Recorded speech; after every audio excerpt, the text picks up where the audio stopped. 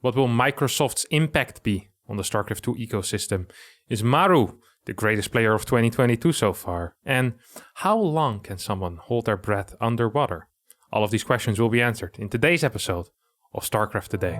StarCraft Today.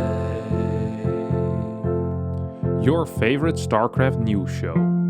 The world was shocked yesterday as Microsoft announced its intention to acquire Blizzard-Activision for a whopping $68.7 billion. That's a lot of money, and that's all really cool. And all of the details of that deal can be found everywhere. I'll leave a link to some of the articles in the description down below. The real question is, what type of impact will that really have on StarCraft? And what can we realistically expect out of Microsoft to really do for, well, one of the older games that Blizzard has? Will this really change anything? And honestly, I don't have the answer. I don't think anyone really has the answer.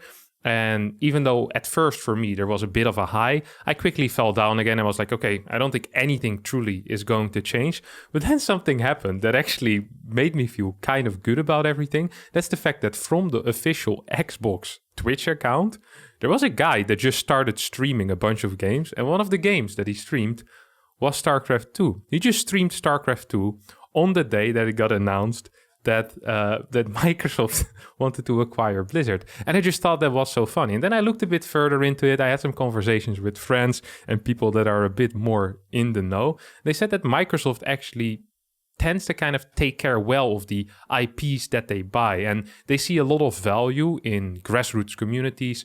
They see a lot of value in, well, maybe an IP like StarCraft as well. I'm not saying that we should expect a StarCraft 3 release anytime soon. I'm not saying we're going to see something like a StarCraft 2 definitive edition or a remake of it of some kind. But I think one of the things that we might be capable of expecting coming out of this deal is continued support for the esports ecosystem within StarCraft 2 and continued support for balance patches, maybe more frequent map changes, maybe even some type of content creation or map maker creation, like some what the TLMC is right now, the map makers competition. This type of stuff, these grassroots initiatives really could be possible. And it's of course a hopeful message, and perhaps I'm on what people call hopium, a little bit of hopium these days. Maybe I just want it to be that way, but it's a very positive message. And it's kind of cool that just last week we got the EPT 2020-2023 plans announced, and in there it specifically stated that ESL currently was in talks with Blizzard already for the future after 2023. Currently we're on a 3-year deal between ESL and Blizzard, where ESL gets a bunch of money from Blizzard to host all these tournaments for StarCraft 2 esports. That deal ends after 2022. So they're in talks right now to see what's going to happen after this year. And the project leader, Heyoka, who works for ESL, said that he is optimistic about these talks and he's already had contact with Blizzard. So I think kind of piling these two things on top of each other, the outlook is honestly somewhat positive, and we're looking forward to a positive StarCraft 2 future, I hope. Not only did we have news last week, we also had a fantastic tournament. The DreamHack Master StarCraft 2 Last Chance tournament got played out last week, and it was an absolute banger of a tournament. 16 of the highest level players taking each other on, and there were some very surprising results.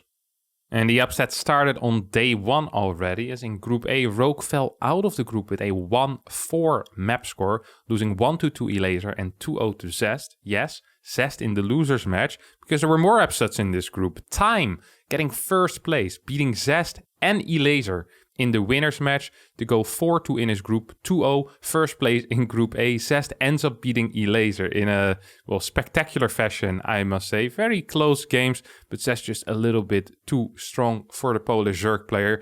In Group B, no big upsets. Mauro and Reiner make it out. Heronreen did get pretty close to beating Reiner a second time after he took him out the first time around, but Reiner in the end, when it mattered, just a bit too strong for the German Terran player. In Group C, maybe not an upset, but something that disappointed at least a lot of the foreign fans, as both MaxPax and Clem fell out of the group stage. Solar taking first place, somewhat unexpected. Dark in second, as he took out Clem in the final decider match with a 2-0 2-0 score. In Group D, this is where I think the biggest upset happened, at least in the mind of a lot of people. DRG beating Serral in the first match of the day, 2-1, meaning Serral needs to go into that losers match where he almost loses to Dream, just barely managed to squeeze by with a 2-1 score. At the same time, in the upper match, Cure getting out of the group in first place after taking out DRG and Dream. And then in the rematch for the final spot, the second place in this group, DRG takes out Serral a second time with some extremely cheesy strategies. DRG almost apologized in the interview, but then again, I mean, he wins. Why would he apologize? And he said, I don't think I can beat Serral in any other way than cheesing because he has the greatest late game. But with cheese, yeah, it's pretty doable. So that's why I pulled a couple of drones, ran across the map with some links, and boom, Serral out of the tournament. Huge upsets in the group stage. Moving on through the bracket, perhaps not the greatest upset, but Solar taking out Raynor is still very cool for Solar. Solar getting a top 4 finish in a big, major international premier event is something that we don't see every single day. Sadly, that is where his run ended for him, as Cure took him out with a swift 3-1 in the semifinals after Cure managed to take out Zest before in his round of 8 match. Moving down, we see Time also making it to a top 4 in a big international event. So I don't think that has happened before. After he beat DRG, of course, Time with that number 1 seed playing against the number 2 seed DRG. But Time was pretty happy with that draw. Managed to take him out. Sadly, will fall to Maru afterwards in the semi-final. Maru absolutely dominant in this tournament. Dropping not more than 3 maps in the entirety of it. Taking out Dark, 3-1. Time 3-1, and then in the finals against Cure, not even losing a single map. Maru, the champion of the Last Chance DreamHack Masters tournament, with once again basically a flawless performance. Absolutely brilliant play. He looks stronger than ever, and going into Intel Extreme Masters Katowice, I think we might have a bit of a Terran champion on our hands here. Last Monday, after the Last Chance ended, we also saw the start of the Super Tournament, number 1 of 2022. Starting with 4 matches, 2 of those ending in pretty big upsets. Bunny, the Korean Terran, taking out Rogue. Once again, Rogue falling out of a tournament early, twice in a row. Now, we've seen Rogue slump before, especially before Katowice, and then winning Katowice or winning BlizzCon right after a slump. This is not uncommon, but it is a bit odd for Rogue to perform this poorly this many times in a row. At the same time, we also saw Trap get knocked out 3-0 by Hero in a poor performance out of Trap, in which in almost every single game he managed to get into pretty decent positions. Hero just kind of outplayed him, played better, sloppy mistakes out of Trap, I think in all 3 games, honestly. Odd decisions at times. He had a cool build order on Pride of Altares, but I mean, a cool build order apparently isn't good enough anymore these days to get a map win, as Hero advances on to the round of 8, where he will be joining, I believe it is Maru, Zest, and Bunny so far. And the rest of the matches will be played throughout the week. This week's game of the week in a matchup that we don't very often see. The ZVZ Solar versus Raynor played on Blackburn. In my opinion, a very fun game, which Solar tries to defend Mutalis with Corruptors and is failing pretty darn hard without any spores to help him out. Loses infinite amounts of drones, but through solid play, keeping the roach count up, eventually manages to take out Raynor, and with that game also take the series. Absolutely fantastic game. Very good series in general, that Raynor versus Solar series, but that game specifically just found very, very interesting. As always, we had 3 ESL Open Cups this week as well. Starting on the Sunday in Korea, we saw Zest take the first cup of the week against Beyond in the finals with a close 3-2 score. Moving on to Europe, Showtime, also fighting off a Terran in the finals against Hero Marine, manages to take out Hero Marine, giving us the second Protoss win of the week. After the poor performance of the Protoss in the Last Chance tournament, they decided that where there's no money, that's where we will perform well. And they went hard in the ESL Open Cups, let me tell you, because for the third one in America, Zest once again decided to show everything. And, well, he won. Taking out Nice in the finals, taking out Trap in the semifinals. Zest once again with a double. This has to be his 8th or 9th double at this point. This guy's absolutely bananas when it comes to the Open Cups. And sadly, no points for any of these players, but of course for the winner, $250. So it's a nice little bit of pocket change.